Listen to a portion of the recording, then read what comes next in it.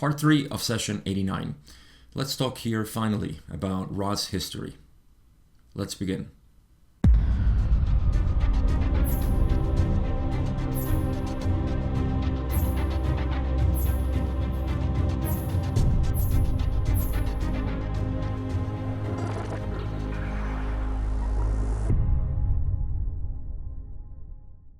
In the last episode, we ended up with questions that led Don to ask Ra about their conditions in third density, and this had to do with how they were figuring out the tarot, or the archetypical mind really. The tarot is something that they gave here on Earth, but they didn't develop the tarot in Venus. So they were asking questions, or he was asking questions about if the reason why they didn't get the card 22, the Fool, or the Choice well, was because they had a very positive harvest, which I believe we're going to talk about here, and that's going to lead into the questions that are going to basically finish this session. So we have a lot to cover, and all the questions are going to be related to that. So I have my tea ready and my questions ready. So without further ado, let's dive into Ra's history. The first question that I have here is question 27, and Don says, were some of Ra's population negatively harvested at the end of Ra's third density? And Ra says, we had no negative harvest as such, although there had been two entities which had harvested themselves during the third density in the negative or service to self path. There were, however, those upon the planetary surface during third density whose vibratory patterns were in the negative range but were not harvestable. So, to set the scenario, we're talking about Venus's third density 2.5 billion years ago or so, 2.6 billion years by Ra's numbers. And so I haven't read this in a while, so I may see different things that I had in mind in the past. Ra saying that there were two entities which harvested themselves and were negative. I don't know if this was at the time that it was the harvest or it was before. Because remember, harvest can happen, or you can be harvested. You can harvest yourself, if you will, but decide to come back. And that is reaching, in essence, 4 density vibration after you die, but that you decide to come back just to help others. And it's a very common thing to happen in the positive sense, and Ra has talked about this. So I thought that they were harvested at the end of the cycle. That's the key word here, cycle. So at the end of the cycle there is a harvest, but mind, body, spirit complexes can be harvested throughout the cycle, as far as I remember. So Ra is acknowledging that there were two negative entities, or people, or mind, body, spirit complexes that were harvested in third density. Don's going to follow up and say, what was Ra's average total population incarnate on Venus in third density? The number. So the average total population. Ra says, we were a small population which dwelled upon what you would consider difficult conditions. Our harvest was approximately 6,500,000 mind-body-spirit complexes. There were approximately 32 million mind-body-spirit complexes repeating third density elsewhere. So just as a refresh, remember that at the end of a cycle, a major cycle, third density is comprised of 3 minor cycles, or they're called, I can't believe I forgot. There's a major cycle, and is it a minor cycle, or is it the great cycle? I totally forgot, I'm blanking. So okay, there are 3 small cycles of 25,000 years on the major cycle of 75,000, and so in those cycles you get harvested. At the end, anybody, I mean, you can get harvested or repeat third density in the planet. And you keep repeating until the end of the major cycle. At the end, because the planet is moving to fourth density, then all those harvested can either stay in the planet or move to another one. Most people, I think, choose their own planet. Others don't, and that's a whole different topic. But the point is that those who need to repeat third density, they have to go to another planet. Okay, that's well known from the beginning of the raw material, but we haven't talked about this in a while, so I'm refreshing it. And so what happened? Ra's given the numbers here. They were approximately 32 million people. Actually, no, that's 38. They say they were a small population, and so if we add the 6.5 million people who would harvest it and the 32, there were approximately almost 40 million people, let's say. It's very small, actually. That's like the population of one of our average countries here on Earth. I think my own country is about 20 to 30 million or so, Venezuela. So imagine, very small population in Venus in third density. And so I'm assuming here that, of course, they're talking about the end of the major cycle. So yes, there were, how much is this? Out of 38, 6 would be a sixth of the planet, basically, was harvestable, which is not bad, I think, compared to what we may have on planet Earth. So, yeah, that's a lot of people, a sixth. So, what's that, 18% or so? 17% of the planet was harvested. And this is a positive, not a positive planet, but a mixed planet, actually, but the majority being positive, of course, as Ra has explained. So those are the numbers. About 40 million people lived on Venus on third density, and 6.5 were harvested positively. That's the Ra group. Next question, Don says, what was the attitude just prior to harvest of those harvestable entities of Ra with respect to those who were obviously unharvestable? So how did those spiritual people deal with those who were not spiritual? That's a terrible way to put it. Ra says, those of us which had the gift of polarity felt deep compassion for those who seemed to dwell in darkness. This description is most apt as ours was a harshly bright planet in the physical sense. I wonder what that has to do with the... Yeah, that last... You see that last sentence? First of all, they felt a huge compassion. Now, you can imagine this compassion by knowing that Ra has several times say that they were very naive, they were very loving, and they care a lot for each other.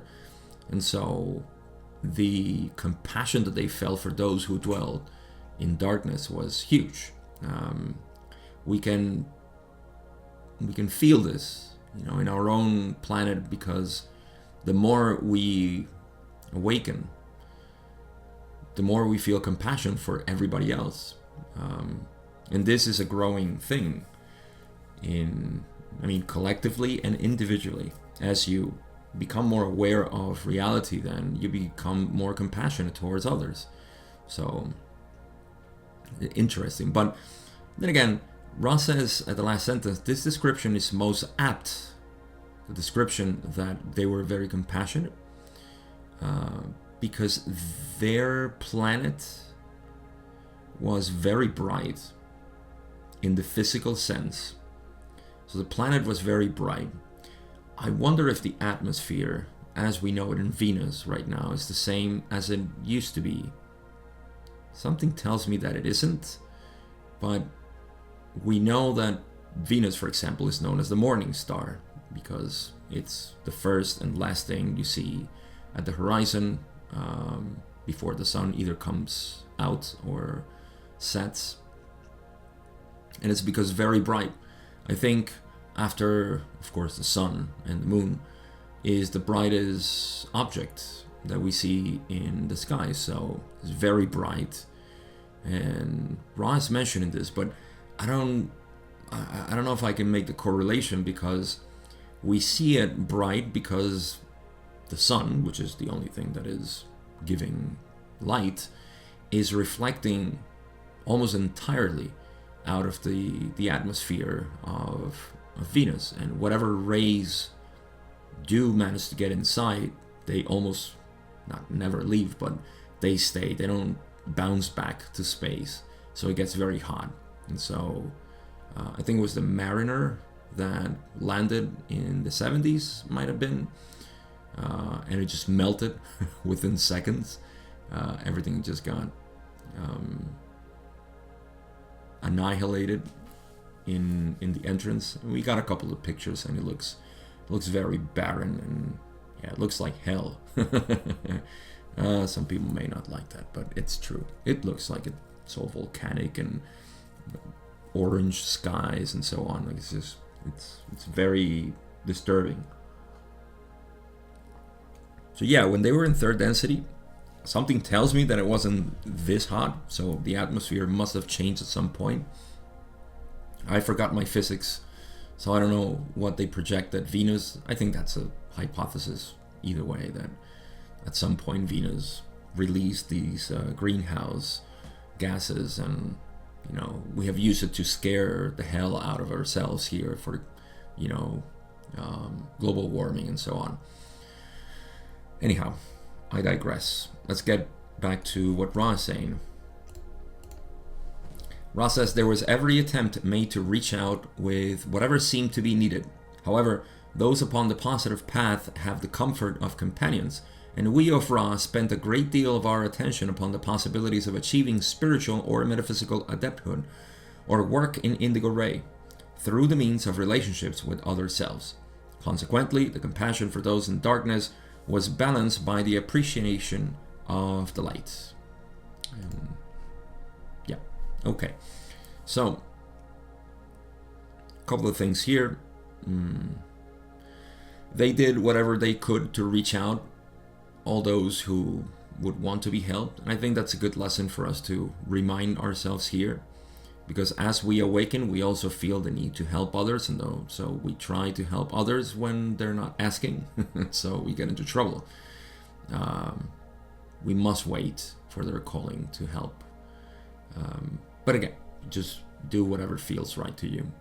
I'm not here to tell you what to do or not to do.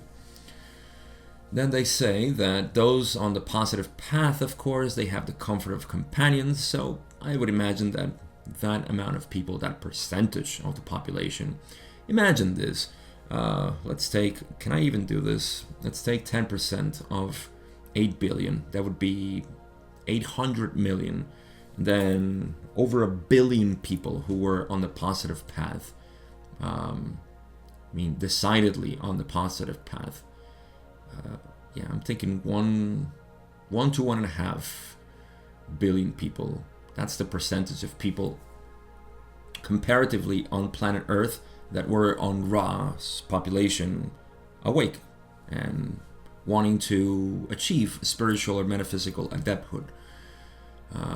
So this was done through the means of relationships, which they said sexual energy transfer and just downright, compassion, acceptance, and love for other. That was their method, just pure relationship with other people. And that, it's interesting, you see, to be harvestable, I've always said that it's not necessary for you to, awaken to the full reality of what, this is. I think opening the heart is just enough, and that's the requirement of third density graduation. And that has its own description, but having that in mind, then the rest is just, how much do you want to do metaphysical work or spiritual work? Just bring this light into the planet, and that would be work in indigo ray.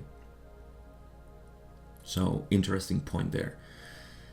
Again, just to summarize that, I don't think it's necessary for you to become a fully, full-blown mystic with indigo ray, shining all the time.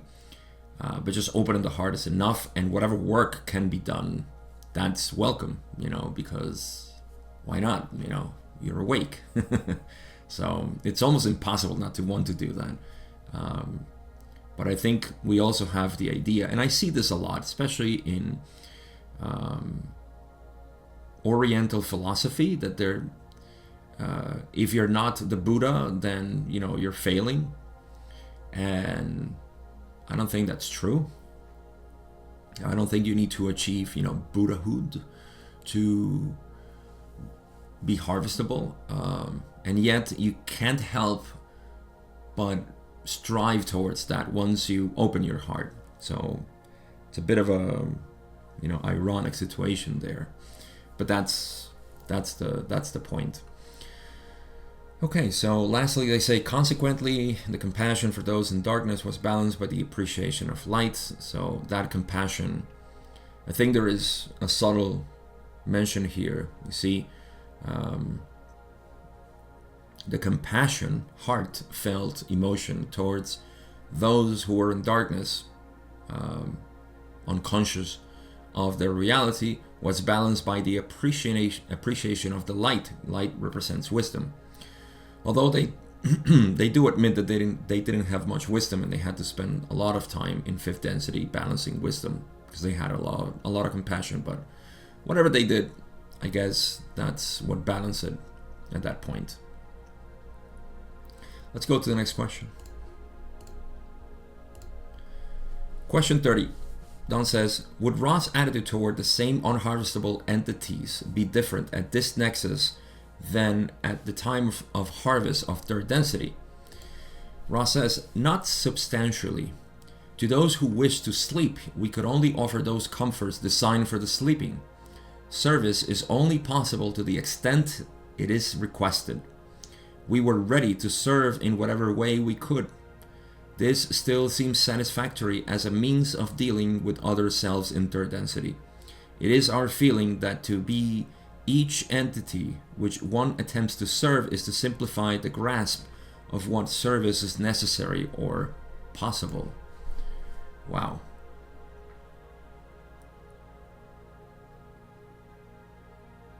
Yeah, that last part requires or begs a little bit more of reflection.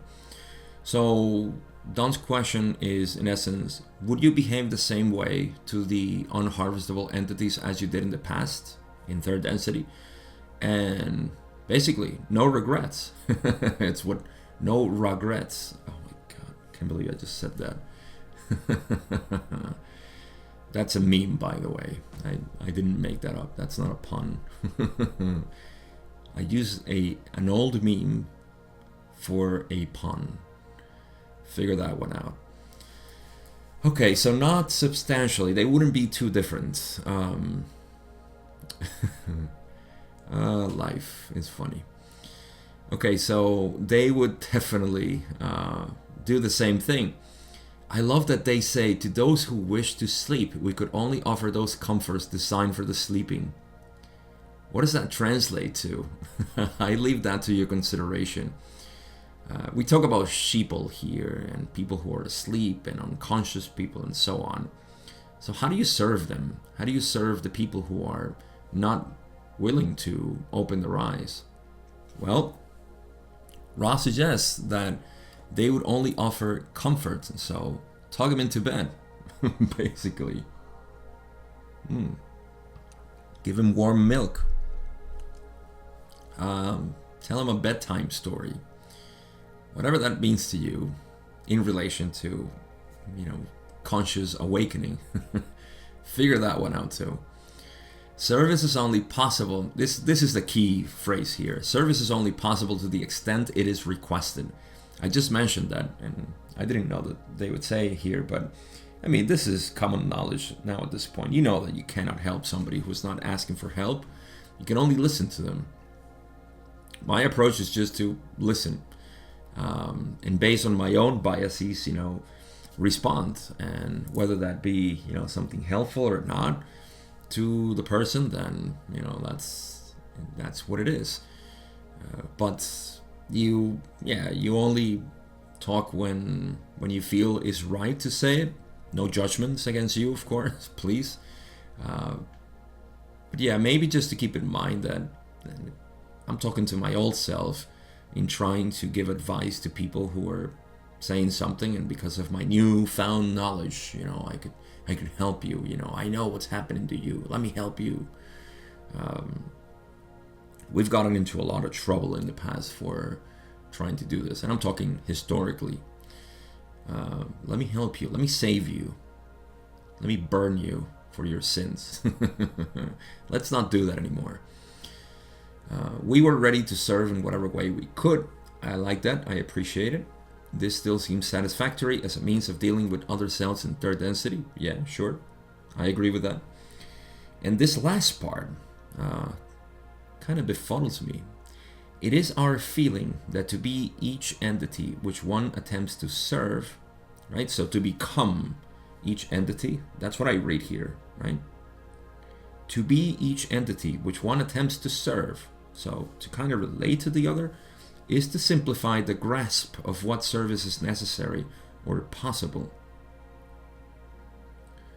Yeah, I myself need to give some thought to this. Let me know in the comments what you think about this one, because I have nothing to say. I need to reflect on that. Let's go to the next question.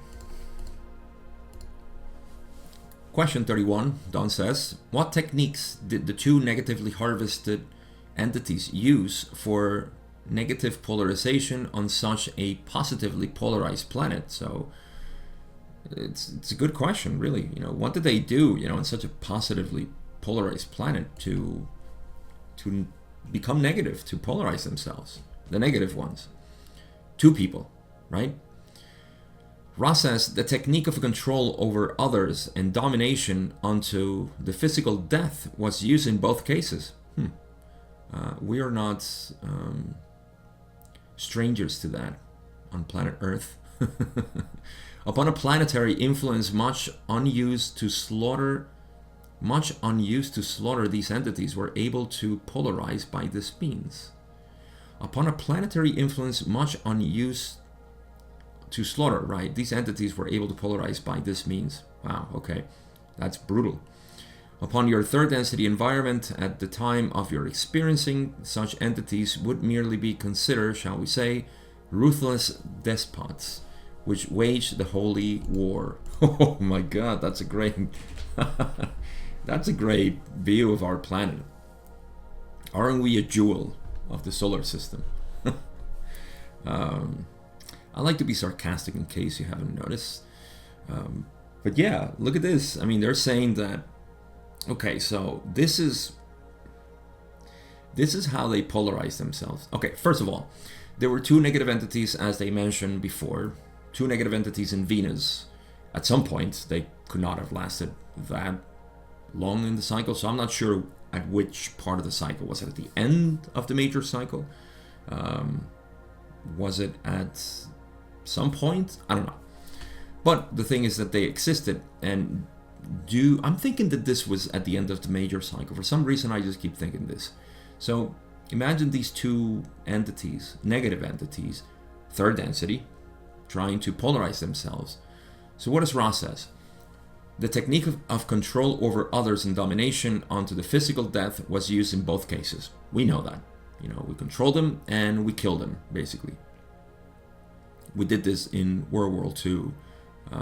It's our most recent. It's still happening. Don't think it's not happening. It's still happening. But we had like a public display of this and no shame, kind of attitude towards it. In World War II, of course, I'm talking about the Nazis, which to me is a great lesson.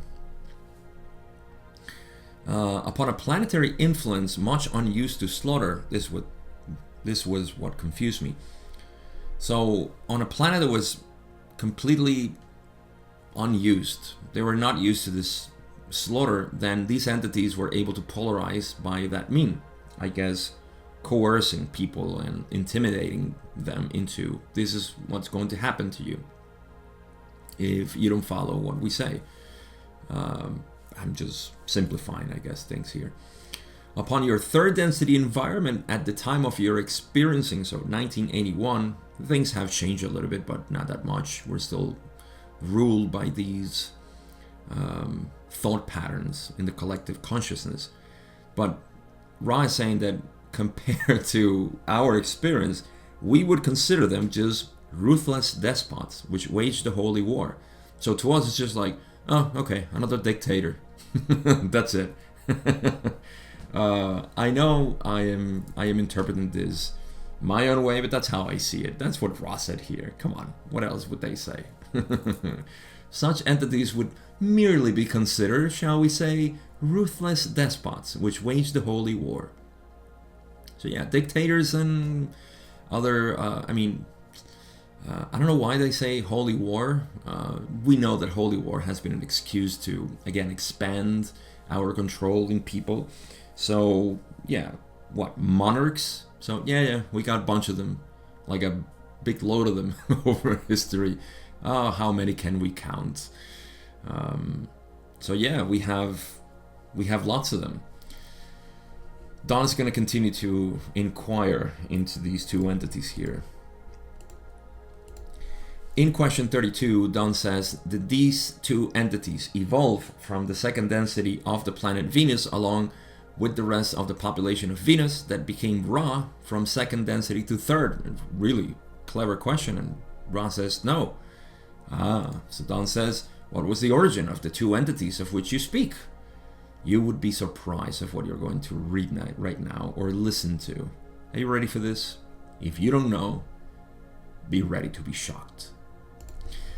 Ra says these entities were wanderers from early positive fifth density. So get a load of this. So first of all, they didn't graduate from second to third density. They weren't natives, so to speak, to planet Venus. They came as wanderers, and these wanderers were positive fifth density, early positive fifth density. So they had graduated in third density positive, I assume. I mean, this is just an assumption because they could have been graduated negative.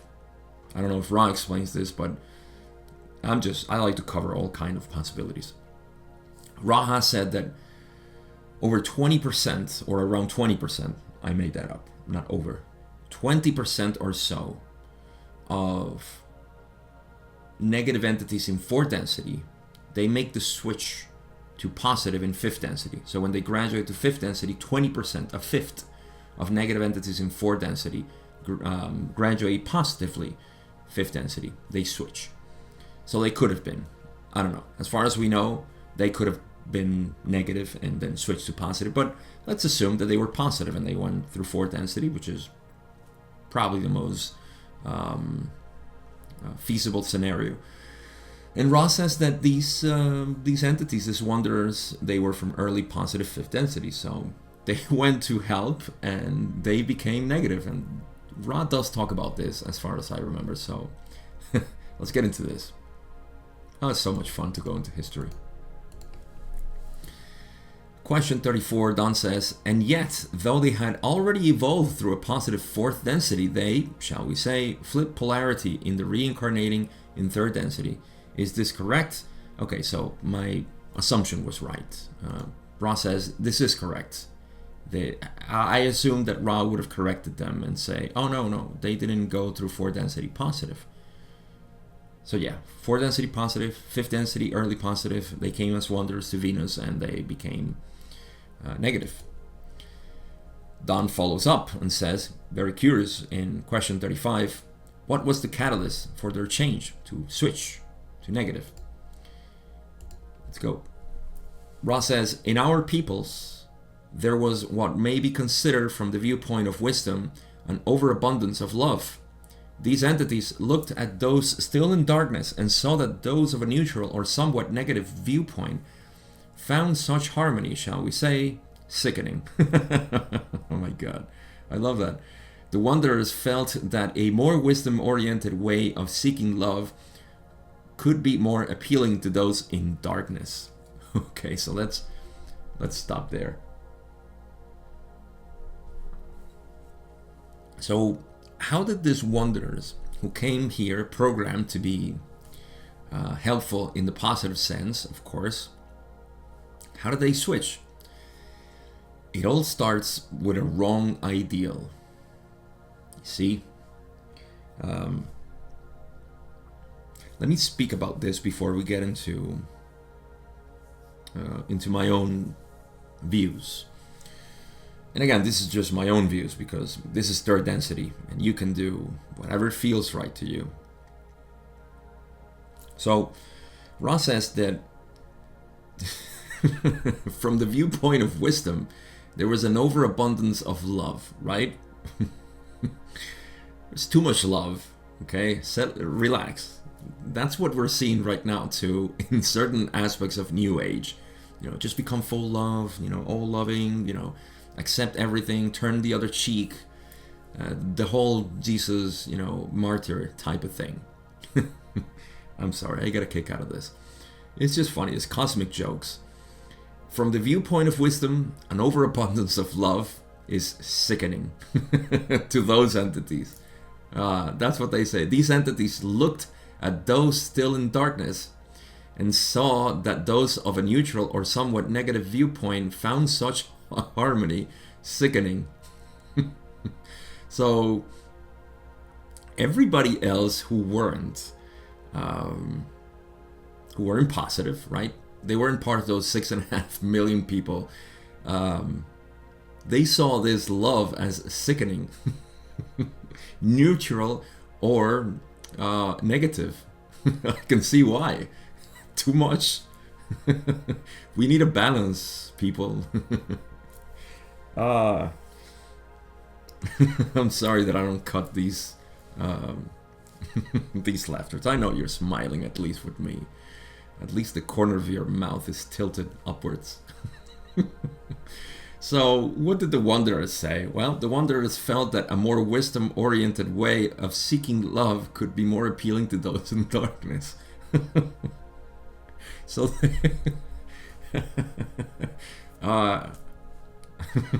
it's just too funny for me. Don't ask me why. They said, I mean, it's just funny. They came to help, so they saw, wow, what a bunch of, you know, hippies, loving all compassionate people. Well, I mean, there's a lot of people here who clearly don't agree with them, so we need a more wisdom approach. Let's give them more wisdom. So what happened? Oh, man. I'm gonna try to read this. Ross says, first one entity began its work. Does that even make sense? First one entity began its work. Maybe I'm clouded by laughing too much. Yes, first one entity. I guess the first one. The first entity. There are two entities here. The first entity began its work. So, yeah, let me help these neutral and negatively polarized with more wisdom.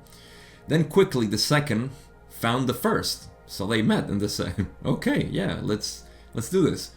These entities had agreed to serve together, and so they did, glorifying the one creator, but not as they intended. About them were soon gathered those who found it easy to believe that a series of specific knowledges, I didn't even know that knowledge had plural, and wisdoms would advance one towards the creator. So they began basically their own cult, right? Somehow that's what it seems to me. The first one began its work, you know, let's do this. Then the other one found, you know, they made a pact before coming into Earth, and they got together, they found each other, cosmic brothers, sisters, and I think they were a couple, right? Gender-wise, male, female. So once they started their work and they found each other, then a lot of people started, you know, flocking towards them. What else did they say? The end of this was the graduation into fourth density negative of the wanderers, which had much power of personality, and some small deepening of the negatively polarized elements of those not polarizing positively. There was no negative harvest as such. So people didn't harvest themselves, which is kind of what I see. You know, I'm gonna give a bit of my own view here. If I'm gonna laugh again, just thought it was. I think the whole scenario is very, very funny. I don't take things seriously. I'm sorry, and I know you don't either, because I've been saying it for a while. And otherwise, you'd be sick of me at this point. But yeah, I mean, think about it. Fifth density. I still think that people in the future will make animations of the raw material, and there has to be some funny episodes like this one. You know, fifth density wanderers, they say, yeah, positive ones, let's go help Venus. So they incarnate, and they say, I mean, clearly they see that something needs to be done to balance this love, and so they say, let's approach it with wisdom. So they approach it with wisdom, but something got in the way, which I'm going to speculate here. You see, because if you're trying to balance things out, then you are liable to feel that the side that you're taking, right, is the good one. You know, that's the way. You know, the other one is not. So you start to buy into an extreme, a polarity, right? And without you even noticing, you become controlling. You become too attached to the methods. That is a danger that we have seen so many times in history. So it's funny that it still happens in the solar system, and I'm pretty sure in the universe in general, at least under veiled conditions.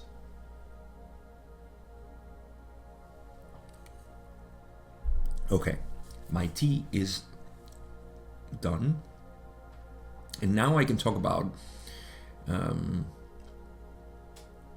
the ideals, right? Since I know myself, right? Since I know this manifested mind, body, spirit complex that I call Gabriel for conventional means, I always had an aversion towards ideals.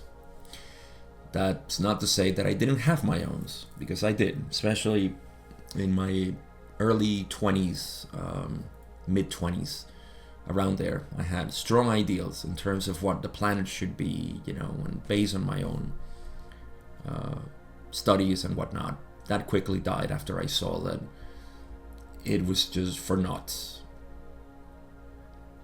But prior to that, and after that, why am I confessing this? Because this is how I see the world. I see that that would be an ideal. Not that there shouldn't be that, but every time we have an ideal, we're buying into a game, and that game is that because things are not right, we're going to fix it this way, right? This is the way to fix it.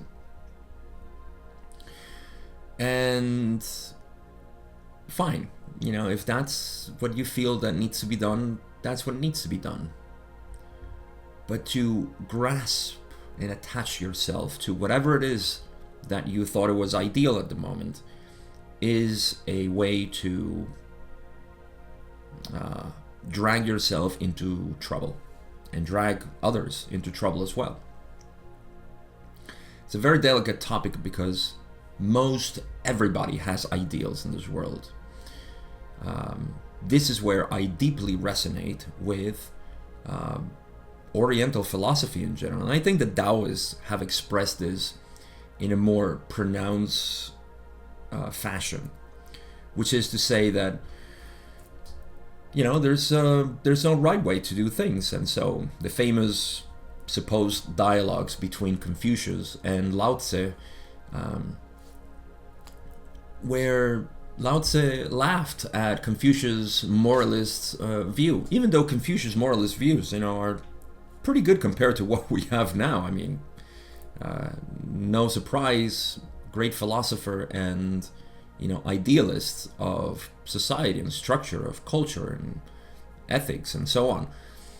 Almost like Plato, if you will. But, Lao Tzu would laugh at all of them and say, you're the fool by thinking that you can, order society and it's going to be fine, because you're missing the point that things will always go their own way. You see? So most of you may be asking the question, so what do we do now? The question is, why would you even have to ask the question, what do we do now? Why do you want to do something? Why do you need to be prepared? Why do you want to fix the world? What is it that you want to change? Because by you changing it, you're just giving it another inertia. You see, that's what karma is. Action that requires more action to keep it going. You see? So ideals are the birth of this inertia. You think that this is the way, we should all live off the grid. Okay, fine. That's what you feel, but then, be ready for that to change. And no more off the grid. And we should cultivate food, in our own backyards. And then suddenly, mass produce food again. Okay, that's what happened. Ideals can get you into trouble. That's what we see here. Once again, you can see that the wanderers, the positive entities who came to Venus to help, they had a pretty good plan. Of course, they were going to help. Second, they saw what needed to be done. Sure, too much compassion. Hippies. Come on, get out of there. Balance it a little bit more. I mean, I'm sure that Rob would agree that they needed that balance. But it was applied by some sort of ideals that we're not sure what it was. And it was polarized negatively. They started to apply this to, control and domination, to the point that them two got harvested to negative for density, and they found themselves, what are we doing here? I'm getting ahead of myself. Sorry, spoilers. But yeah, that's idealistic views. And so again, I know the question will be like, what do I do, Gabe? My answer is, I don't know, my friends. Figure it out. Figure out what you want to do. That's it. You can have, here's another point. Morality is an individual thing. Good and bad is an individual thing. It is the capacity that we have to, at the moment, decide what is good or bad, what is right and wrong. It is not a set thing. It's not fixed. Morality is not fixed. If you fix it, then it becomes liable to interpretation. And you know what happens with interpretation. So morality is individualist. It's individual. And ideals are the same. It's your ideals. You apply to whatever you think is right. Don't try to apply to others or expect that to be the norm in the world. My 2 cents. I rest my case. Let's move on. In question 36, Don says, what was the reason for the wandering of these two wanderers, and were they male and female? So here we know. Ra says, all wanderers come to be of assistance in serving the Creator, each in its own way. The wanderers of which we have been speaking were indeed incarnated male and female, as this is by far the most efficient system of partnership. Let me address something that it is said here. First, okay, all wanderers come to be of assistance in serving the Creator. Of course, that we know, each in its own way. Indeed, they were male and female. And Ra says that the most efficient system of partnership is male and female. I know this is going to strike a sensitive chord, especially nowadays, with certain groups who identify themselves in such and such way, which we know is the gender freedom and whatnot. This is a good example of being idealistic, you see. Things are as they are, and we should live in spite of that and not associate ourselves or grasp and attach ourselves to identities and so on. So what this means to each and every one of us is completely independent, but Ra has said this. Male and female is by far the most efficient system of partnership. Oh, Ra is saying he's... I've actually heard this. He's homophobic. What? How can Ra be homophobic? We tend to project ourselves even to social memory complexes. So, yeah, there's a lot to say here. It's a very sensitive topic in the Law of One, but I don't hide things. I know that's just what's been running around. I don't try to make a light joke out of this, but it is what it is. People are interpreting this way. Fine, that's what people are doing. And others say something else. I think this is just what Ross said. And like I mentioned, I think there is an unequivocal and undebatable portion into the male and female incarnation, which is that, hey, that's what makes babies. So there is an efficiency here that needs to be acknowledged, at least at that point. Love is universal, however. That's the key thing. Never forget about love. That's what connects us all, regardless of past, gender, future, whatever it is. Differences. Love. We all seek love because we are it. We just forgot it. But okay, let's move to the next part. Question 37. Don says, as a wild guess, one of these entities wouldn't be the one who has been our companion here for some time in our sessions, would it? And Ross says, no. So no, it's not the negative entity that is bothering them or annoying them. Don says in question 38, then from what you say, I'm guessing that these wanderers return or wander to Ra's third density to possibly seed greater wisdom into what they saw as an overabundance of compassion in the Ra culture. Is this correct? Ra says, this is incorrect in the sense that before incarnation, it was the desire of the wanderers only to aid in service to others. The query has correctness when seen from the viewpoint of the wanderers within that incarnation. Again, let's reread this, because Don is saying, oh, so the plan of the wanderers, here's the incorrectness. He says, Don, from what I'm guessing, the wanderers returned or wandered to Ra's third density, to Venus, to seed greater wisdom. See, that would be a predisposition in their plan. I don't think it's such, it's a wild guess. Isn't that what? No, he didn't say it here.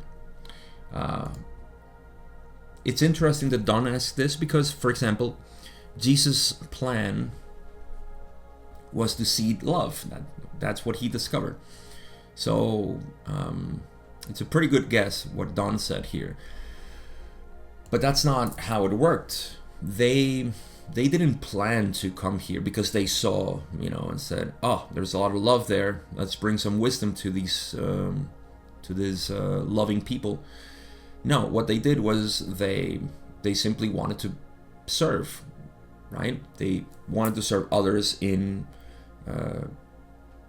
increasing harvest ability. But once they went through the veil, right? Once they went through the veil, they forgot. And they only knew that they desired to help. And so that's basically what Ra is saying. Before incarnation, their desire was to serve. After incarnation, they did see that, oh, the best way to serve is to bring wisdom. And again, I believe that was proper. I can see the need for balance. So, fine, that seems to stand out. But the means in which they imparted this wisdom was too idealistic, in my opinion, for what I can see. Here's another point within the Law of One model. Ra has said that those who work with wisdom, right, it's the male polarity, have a higher probability to become negative, because the male or wisdom is what puts order. So without being informed with love, that order can become negative. And so our history is plagued with that. Like I said, it's the road to hell is paved with good intentions. Is that right? Of course it is. We think we're doing good, and so we do good things, and the good goodies, they're the ones who create this holy war and this whole mess. So yeah, again, it's interesting how they designed, to come here and help, but they switch. And again, just to put it into context, and I'll say it now, this wasn't a problem. Everything gets fixed in the end. And they'll talk about this, I think. So let's continue on. There is no problem. Never a problem. Question 39, Don says, I just can't understand why they would think that a planet that was doing as well as Ra was doing, as far as I can tell, would need wanderers in order to help with a harvest. Was this at an early point in Ra's third density? Here's the answer, you see. You can see that I haven't read this in a while. So Ra says, it was in the second cycle of 25,000 years. We had a harvest of 6 out of 30, to speak roughly, millions of mind-body-spirit complexes, less than 20%. Wanderers are always drawn to whatever percentage has not yet polarized and come when there is a call. There was a call from those which were not positively polarized as such, but which sought to be positively polarized and sought wisdom, feeling the compassion of other selves upon Venus as complacent or pitying towards other selves. Wow. Okay. So we got numbers. I like this. This was in the second cycle, so it wasn't at the end of the major cycle, 75,000 years. So we're talking about 50,000 years into third density. Very well. That puts an answer to my question. And, Don is making an assumption here, which I would like to polish a little bit or answer in my own way. And Ra explains it a little bit more mechanistically. But he's assuming, I think, that, hey, planet Venus is doing well. Why would they require wanderers, But the planet is not really doing well or bad. It's just, it really is, that's comparatively, I guess, with our planet, and they were doing fantastic. So why would they need wanderers? It's a good assumption from Don. But no, like Ra explains, wanderers are called to help those who are calling.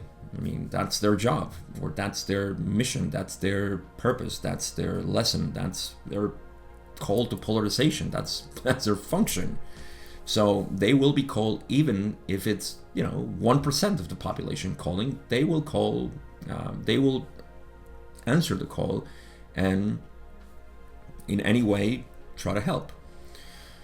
So yeah, that's what makes up the assistance of the wanderers. Now Ra explains again, okay, second cycle of 25,000 years.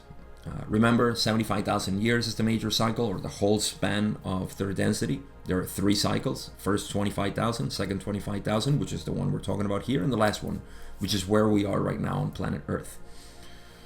So they had a harvest of 6 out of 30, right? That's approximately 20%, and I think that's the number I gave, about 18%, right? 6.5 to 38 million. 6 out of 30 millions of mind-body-spirit complexes. Well, they changed the number here, so I don't know if they're talking about the same thing. 6 out of 30. They said 30, 32, and 6.5. Yeah, I guess they're rounding. Wanderers are always drawn to whatever percentage has not yet polarized. So what I just said, there was a call from those which were not positively polarized. Okay, yes, I mean 30 something million.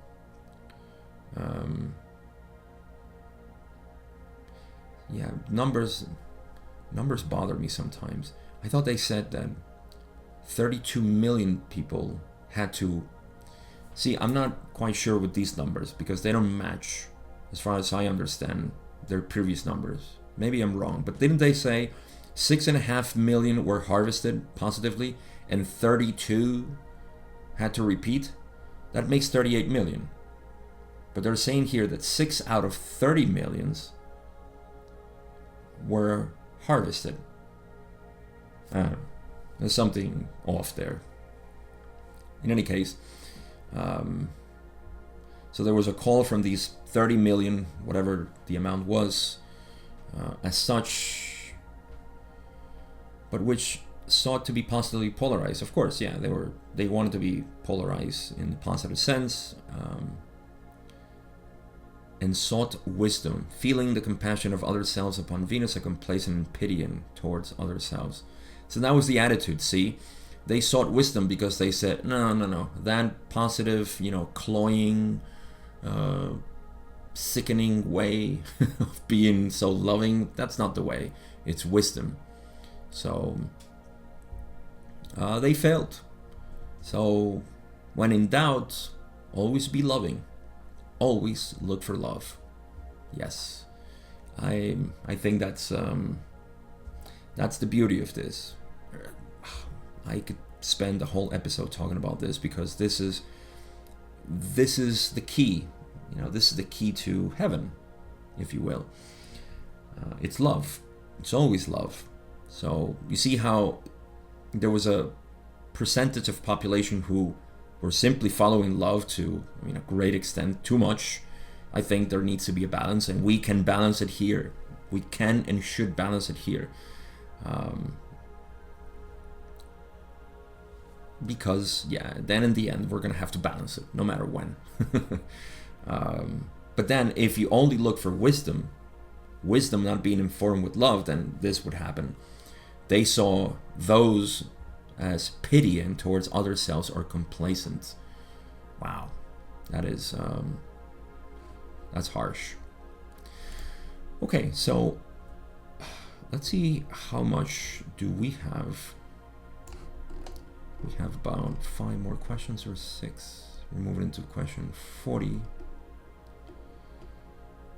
We're getting close in time. You know what? We will make this part 4. Otherwise, this might go into the hour and a half, and I don't want to do that. So, yeah, we will pick up whenever in the next episode, whatever was left. We have just a bunch of questions more. It's going to be a short one. Conclusions. So, looking at Ra's history as a way to individually analyze ourselves is a good way to bring balance to, or to invite balance to our lives. I remember early in my awakening that I felt that I lacked love. I saw everything with a lot of, wisdom and male polarity. And I wrongly, I think, saw this love as being something that I had to do. I had to be loving. I have to be super loving because I'm not. So I kind of exaggerated it a little bit, and that felt insincere, a little phony even. And that was my corrective mechanism to see that I didn't feel it, so why would I want to express it? And so I just decided to find love within anything that I did, because anything that I did contains love. So even if it seemed bereft of love, I've tried to seek it there. And that has been my approach, for balancing my bias towards wisdom. And, the more I can accept myself, then the easier it becomes to just, find the love within what I do and what I want to do, even if it doesn't match, what we we hear that love is, oh, you should be loving, you should be this way or that way. Getting a concept of love is always so reduced, so diminished, because we cannot. I mean, we have been trying to define love. Philosophers have tried, poets, and failed miserably, just like we try to define ourselves. Who are we? We can't define it. Love can't be defined. So you have to, you have to find it within yourself. And like I said, in my own experience, it was just a matter of analyzing everything that I wanted to do, because I would judge it, as this is pretty selfish. What I want to do is selfish. Oh, I feel this negative emotion when I want to do this, or I repress myself in this way. And all you need to do is just see why. Why is that happening? And when you get right down to the bottom of it, you'll see love. There's always love there, either contained or, not in my case, but expressed too much. And so you can see the balance there and say, oh, it's contained, or it's repressed.